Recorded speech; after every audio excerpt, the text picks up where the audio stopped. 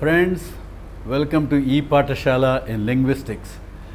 My name is Subba Rao and we will be discussing the typology of the Mizo language.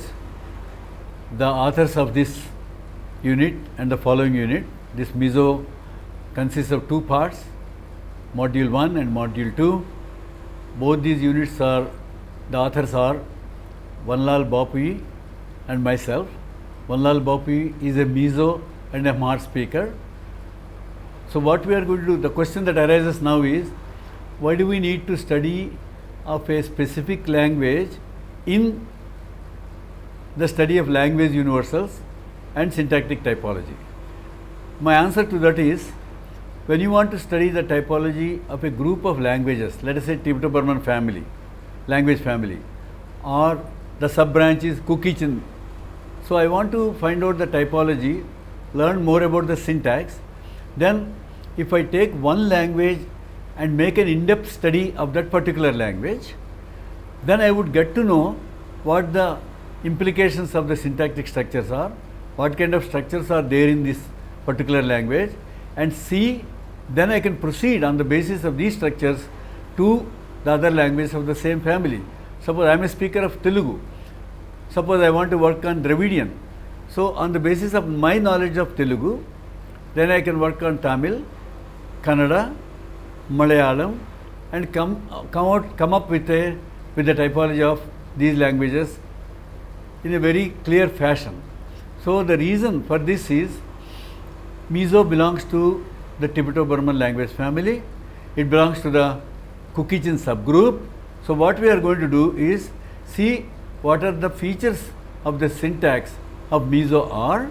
Then let us see as a larger goal, we can see how Mizo is similar to other Kuki-Chin languages, how Mizo or the Kuki-Chin languages are similar to the Naga group or the Bodo group, etc. But we will not be going into all those details. Right now our goal here is to study the syntax of Mizo in detail to see what kind of features it has. Mizo, as you must have noticed from my Mizo has a strong agreement pattern. Mizo is a split ergative language, and the verb carries the subject agreement marker, the direct object agreement marker, the indirect object agreement marker in the verb. So the first person and second person agreement markers are coded in the verb as pronominal clitics. You can see in 1a, Lalin, Lekhabu, Achiyar. Lali is the subject, is ergative case marked by the postposition na, n, and Chiyar is the verb, and it has a third person agreement marker a, which I have designated as SAM, that means subject agreement marker. In sentence number 1b, Lali will meet me.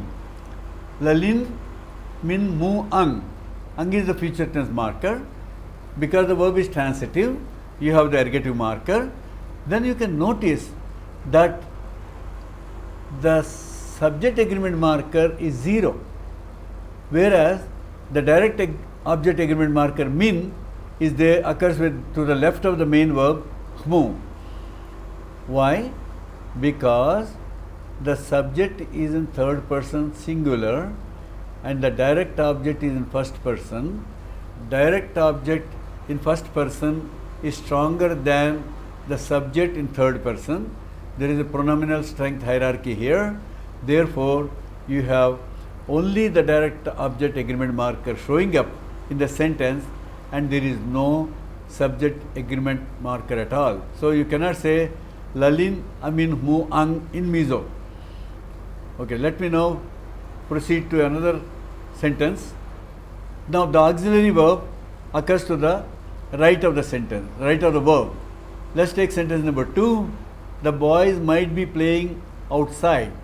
In English, might be occurs to the left, but in Mizo, like in other verb final languages in the subcontinent, you have the verb to play is infinium. An is the third person plural agreement marker. It's only the number marker. The ang, the future marker, occurs to the right of the verb. So the children might be playing outside.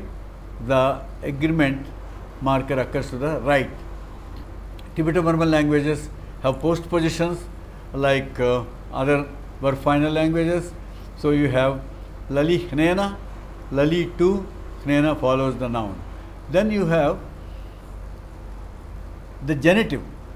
The genitive precedes the governing noun. But here what happens is, in Mizo, many a times the genitive is not overtly present at all. This is a feature of Kuki-Chin languages. So Lali Lekhabu means it is Lali's book. However, the use of the genitive is permitted, as in, let's say, dog food, ui cho. There is no genitive here in number 5, but in number 6 you have ui acho. The genitive a precedes the governing noun, which is cho. Then the marker of comparison follows the standard of comparison. How? Let us see this. Number 4, lali, lala ayin, asang zok. Lali is taller than lala. So lali, the standard of comparison is lala, and the comparative marker is ayin, than. So the comparative marker follows the standard of comparison, because comparative marker is a postposition. In these languages, postpositions follow the noun. Therefore, ayin, which is a postposition, follows the marker, standard of comparison, lala. Then you have I is the third person agreement marker. Sang is the verb sang is the verb or adjective tall, because adjectives and verbs, they both take agreement markers. So adjectives are verbs in these languages. So you can see asang zok.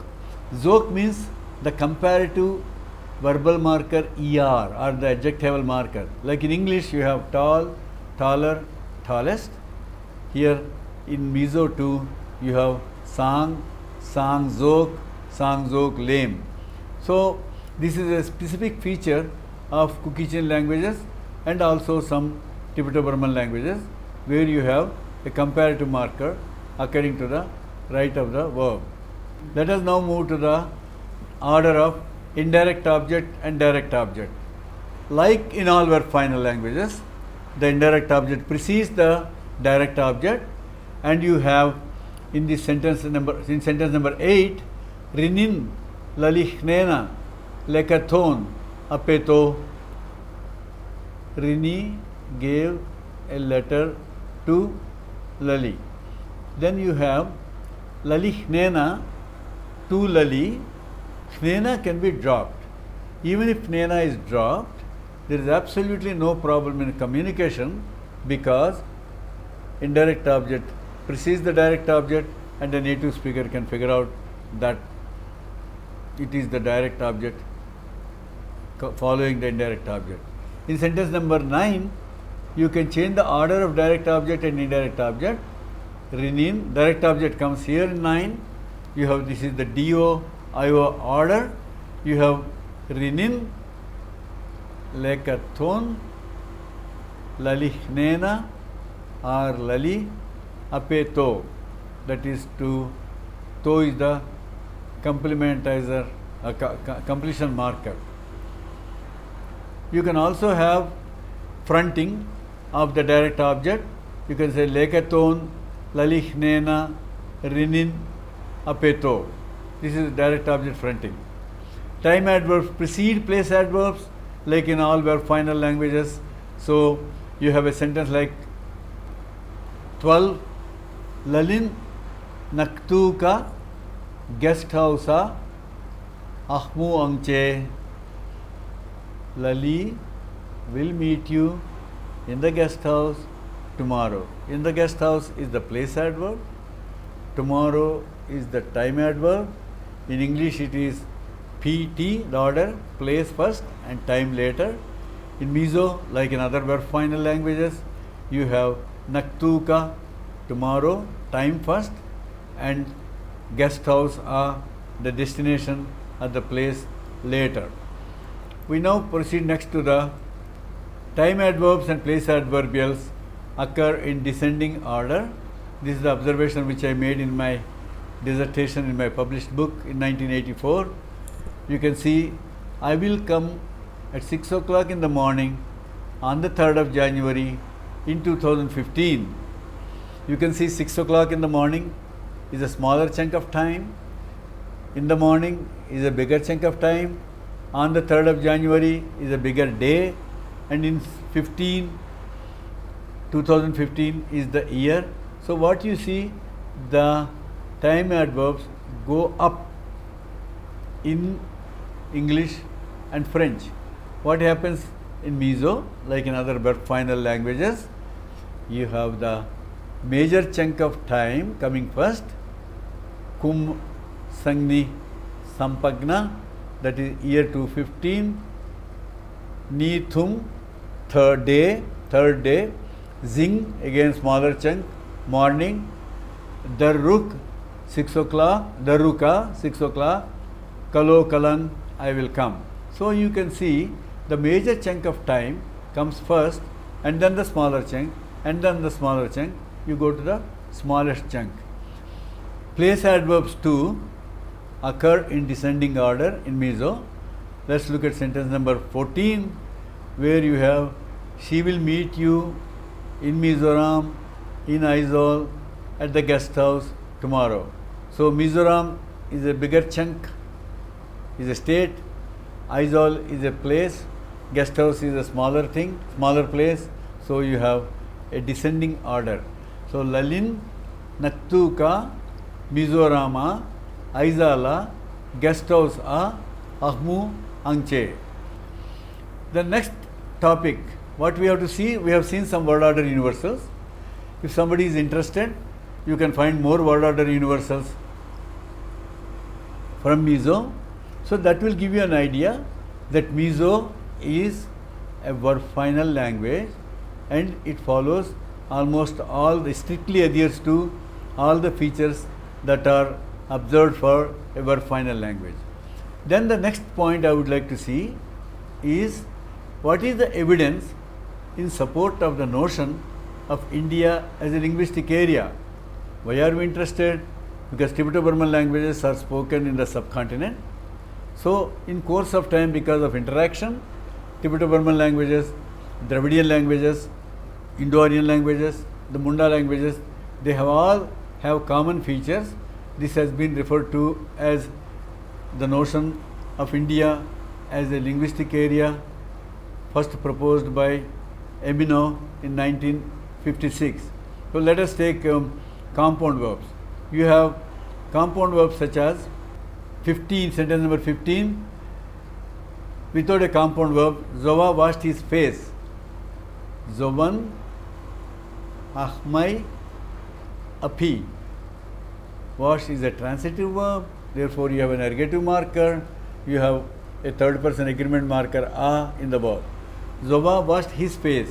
A is his, Hma is face.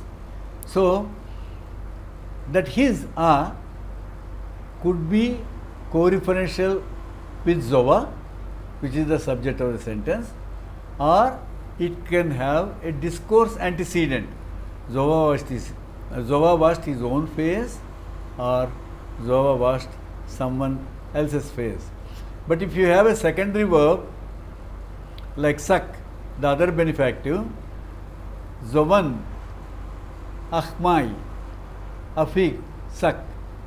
Zova washed his other person's face, not his face, because sak is the other benefactive, and when you have the other benefactive, the possessive pronoun cannot be co-referential with the subject.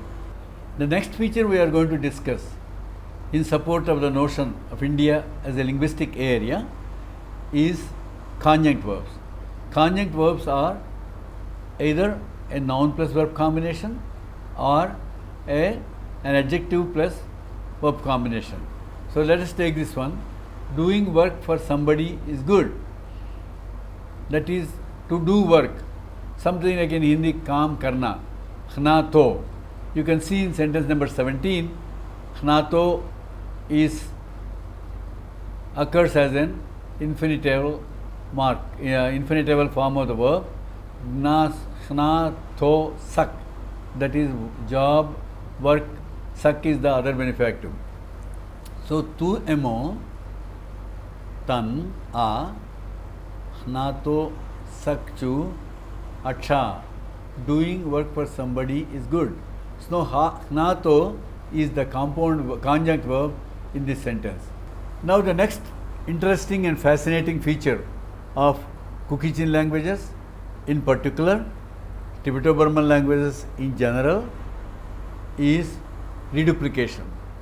You can reduplicate an adverb, a verb stem, an adjective, like in other languages. But what we are going to show today is that reduplication of a verb has implications to the formation of relative clauses with indefinite heads. Let us go step by step. Let us take adverb reduplication. You have sentence number 18. Zing zing a, Lali, a local. Lali comes early in the morning. Zing zing a. You have zing, morning. Zinga means in the morning. Zing zing a is in the morning. When you reduplicate, the a is not reduplicated. The reason being, a is a free morpheme. Therefore, you cannot say when you have a free morpheme in South Asian languages, zinga zinga. You have to say zing zinga, that is the first postposition is invariably dropped. Not only here, in Hindi also, for example, ghar mein, in the house. You have to say ghar mein, not ghar mein. Why? Because mein is a free morpheme. So you cannot have ghar mein. But if you take a language such as Bangla, ghar or ghor is house, a is in. So you have ghore ghore, not ghor ghore. Why? Because the a in is a bound morpheme. So when you have a bound morpheme, the noun and the bound morpheme together are reduplicated. When you have free morpheme, the noun alone occurs and the postposition occurs only to the right of the second occurrence of the noun. That is, like for example in Mizo, in means house. In every house, in ina. You cannot say ina ina. So now let me go to adjective reduplication. An adjective can be reduplicated in Mizo. As you can see in sentence number 19, Rini used to buy the nicest dresses. Rinin kor moi moi ale cheen. Moi moi is nice and nice. That means the repetition of the adjective intensifies the meaning, so it gives the interpretation of the nicest dresses. Intensifiers also can be reduplicated. Intensifiers in Mizo can occur in the verb as verbal intensifiers. You can see in sentence number 20, aim is an intensifier. Aim is a reduplicated form of the intensifier. Lutuk is an intensifier. You can have aim lutuk. This is double intensification. You have one intensifier aim. You have another intensifier lutuk. So you can have aim lutuk for extra emphasis. Lali chu, akal chak, aim lutuk. Aim one structure. Lali chu, akal chak, lutuk is another structure. Lali chu, akal chak, aim lutuk, the third one. The fourth one, Lali chu, akal chak, te. So you have 4 intensifiers, out of which two intensifiers can occur together. Another thing that you can notice here is the adverb sak occurs to the right of the verb. That means the adverb occurs as a verbal adverb. The same adverb can occur as a free adverb in the sentence, like in English or Hindi or Telugu or Marathi. But here this is part of the verb. So you have akal sak, aim. You have aim is a verbal intensifier, is a third singular marker, kal is the verb, sak is fast. So fast occurs between the verb stem and the intensifier. Therefore, you have a verbal adverb, that is adverbs occurring in the verb. Then you can have a reduplication of the participles. For example, I sat and got tired. Chu is the verb to sit. Ka is the first person singular. You can see in sentence number 21. Kachu means I sit or I sat. Kachu a, having sat or having sit for a long time. Kaha ho to, I tire, completion marker, I got tired. Kachu a, kaha to. The agreement marker is repeated in the reduplication. Why? Because ka, the first person agreement marker, is a bound morpheme. You can apply the same principle we talked about. If it is a bound morpheme, in reduplication, the bound morpheme is also, the bound morpheme occurs with the constituent that it is part of. So kachu a, adverbial marker, kaha to. Meso manifests first person direct object agreement marker, and it is called asymmetrical agreement. Why? Because the subject agreement marker is not present in the following sentence in 22. Like, my sore gives me a throbbing pain. Kapanin, my sore, ergative marker. Me, first person direct object. First person direct object is stronger than third person subject. Therefore, you don't have the third person agreement marker here. A, kapa, in, amitur, mitur. That is, tur is giving throbbing pain. Tur is again giving throbbing pain. So, kapa, nin, mitur, mitur. That is, it is giving me the entire verb phrase, mitur, is reduplicated. Now, the question that arises is reduplication restricted to categories such as nouns, verbs, adjectives and adverbs? What we are going to show now is that a reduplication of a verb in a complex structure imparts the interpretation of a headless relative clause. What are headless relative clauses? Headless relative clauses are those where the head is not overtly present and the head is indefinite. Take for example, in English, whoever comes first will get the prize. Whatever you give, I will eat. So whoever means it's an indefinite head. Whatever means it's an indefinite object. So whenever you have an indefinite head, what you can do is you can have the verb reduplication in meso. So verb reduplication gives the interpretation in a complex structure, the interpretation of an indefinite head. Look at sentence number 23. Lalin adu du ayachin. Lali eats whatever she likes. Du means like or want. Adu means she wants. Adudu means whatever she wants. Ayachin, she used to eat or she eats whatever she likes. Look at, compare with sentence number 24. In sentence number 24, I have Lalin adu ang ayachin. You have Lalin do whatever she wants. Ang ayachin. She eats whatever she likes to eat. So you have the repetition of ang in this sentence. Lali takes one more example in 25. Lali takes whatever she wants.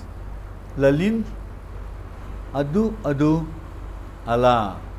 Now what you notice is the repetition of the verb leads to the head of the embedded clause being indefinite. Lali takes whatever is the embedded relative clause, and that is indefinite.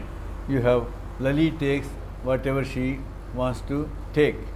So what we have demonstrated is the formation of headless relative clauses by reduplication shows that reduplication is a process that is a robust, syntactic and not a simple morphological process, as opposed to in other Indo-Aryan languages, other Aryan and Dravidian languages, where reduplication does not seem to have syntactic implications. Now let me proceed to the next point, formation of echo words. Echo words, you know, you have something like in Hindi, ghar, the echo word will be gharwar. Kashmiri, sha comes in Bangla, ta comes in Telugu, ga comes in place of the first syllable. So chai, y, chai is the word for tea, chai, y is tea and the like. Khana, food in Hindi, khana, wana, food and the like. What happens in Mizo? Mizo you have tei, wander, tei hoi, walk to take a stroll, tei lui, roam around aimlessly. This is from Lorraine's Dictionary of Mizo. It's a very good dictionary. In case you get time, you should see that in case you are working on Mizo. And in the second part, the liu does not have any specific meaning. So chutin, you have chutin means like that. So you have the echo word like chutin katin, ti is a quotative, chutin katin ti po anelo, he offers no suggestions. Engle means whatever. You can have an echo word, engle khole, whatever. Or you can have in sentence number 32, the younger generation of the Mizo language speakers have a very novel way of forming echo words. For example, the word polite in English has the echo word po, apolite, low. Lala is not polite. Lala chu, po, apolite, low. So you have echo word like po from the word of polite in English. Similarly, from the word training, they have an echo word training, where you have training taken from English. You have formed some kind of echo word ache, and you have lala chuan training po anelo. Lala does not have any training at all. Another distinctive feature of South Asian languages is the conjunctive participle construction. As we know, conjunctive participle constructions are having done, having eaten, etc. So in conjunctive participle construction, we will discuss it later when we come to the control phenomenon in Mizo. Onomatopoetic expressions are another feature of India as a linguistic area. You have something like Lala fell with a dup-like sound. Lali fell with a dup-like sound. Lali, atla, ri, dupmai. The dup is imitation of the way of following the sound imitation. So you have Lala shouts with a tuvar-like sound. Lala, au, tuvar mai in sentence number 35. Now we go back to the conjunctive participle construction, where we can see in sentence number 36, having eaten, Zowa slept. The verb sleep is intransitive. Therefore, Zowa, the subject of the matrix clause, is not ergative case mark, because ergative case can occur only when the verb is transitive. So you have Zowa chu amu is the matrix clause. Now what is the embedded clause? Having eaten. The subject of the embedded clause is a big pro. It is a non-overt category. So Zowa chu cho ayai khnu in amu. Having eaten, Zowa slept. Notice that the verb of the embedded clause is transitive, but since the matrix verb is intransitive, Zowa, the subject, is nominative case mark, not ergative case mark. Now we proceed to sentence number 37. By the way, sentence number 36 is an instance of forward control. Now we can see in sentence number 37 an instance of backward control. In backward control, what happens? The embedded subject is overtly present and the matrix subject is an obligatory null pro. That means the matrix subject cannot overtly show up at all. So you have in sentence number 37, having eaten, Zowa slept. So you have Zowa having eaten, pro, amu, slept. Now Zowa having eaten, the embedded verb is transitive. So what do you have now? Zovan, cho ayai zo, in amu. In comparison to sentence number 36, where Zowa is nominative case mark, because the embedded verb is, the matrix verb is intransitive. Here, Zowa, the subject of the embedded clause, overtly shows up in the structure. Since the embedded verb A is transitive, you have Zovan, cho ayai zo, in amu. Having eaten, Zowa slept. Now it provides further evidence in support of our claim that the conjunctive participle construction exhibits two structures, one with a forward control structure and one with a backward control structure, having the same interpretation. Mizo and some other Cook-Kitchen languages have two forms of the verb which we label as plus finite form and non-finite form. For example, take a verb like sing. Sing is a transitive verb. So you have sa or suck. There are two forms of the verb, and suck, sa is a transitive finite form of the verb, suck is a non-finite form of the verb. That means sa occurs when the verb is finite, suck occurs when the verb is non-finite. Take a sentence like Zowa sang. Sing is a here finite verb, sang. So it will be sa. But Zowa wants to sing. So to sing is a non-finite verb. So you will have suck. This distinction is labeled as stem 1 and stem 2 in the literature on Cook-Kitchen languages. For example, take a sentence such as Lali sang well. There are two verbs in Mizo, which is again very interesting, zai and sa. Zai by nature is intransitive. It cannot take an object. So you have in sentence number 38, Lali azai cha. Lali sings well. you cannot have an object here and say Lali or Lalin Khla Azai Cha. Lali sings songs well because Zai by nature inherently is intransitive. Now let's go to the verb Sa and Sak. As I just mentioned to you, Sa is a finite form of the verb, Sak is an non-finite form of the verb, and Sa and Sak both are transitive.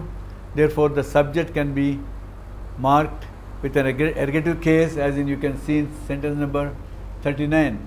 Lalin Khla Asa Cha. Lali sang well. That means Lali sang a song well. Here Sa is the finite form. Let us consider sentence number 43, which consists of a conjunctive participle clause with the embedded verb sing. Lalin Khla Asak Nasatin Aha Hle. The matrix verb is tired, ha is tired, but the embedded verb sing is transitive. So it's a case of backward control where you have Lalin, the ergative case mark subject, Khla Asak Nasatin, having sung a lot, small pro, aha Hle. Lali got very tired. If you take a forward control structure where the matrix verb is transitive and the matrix subject is Lali, therefore Lali cannot carry an ergative case marker. So in 44, Lali aha Hle. Lali got very tired. Then you have the embedded subject, a big pro, Lali Khla Asa Nasat, in having sung a lot, she got very tired. The conjunctive participle performs many other functions, but we are not going to discuss those functions. Like in all South Asian languages, it can perform as a manner adverb, etc., but we are not going to discuss it right now. So the aim in our first part of the module is to make the student familiar with some aspects of the structure of a Kuki-Chin language. We observed how Mizo shares some word order universals found in other verb final languages. We also discussed some features in this module that provide support to the notion of India as a linguistic area.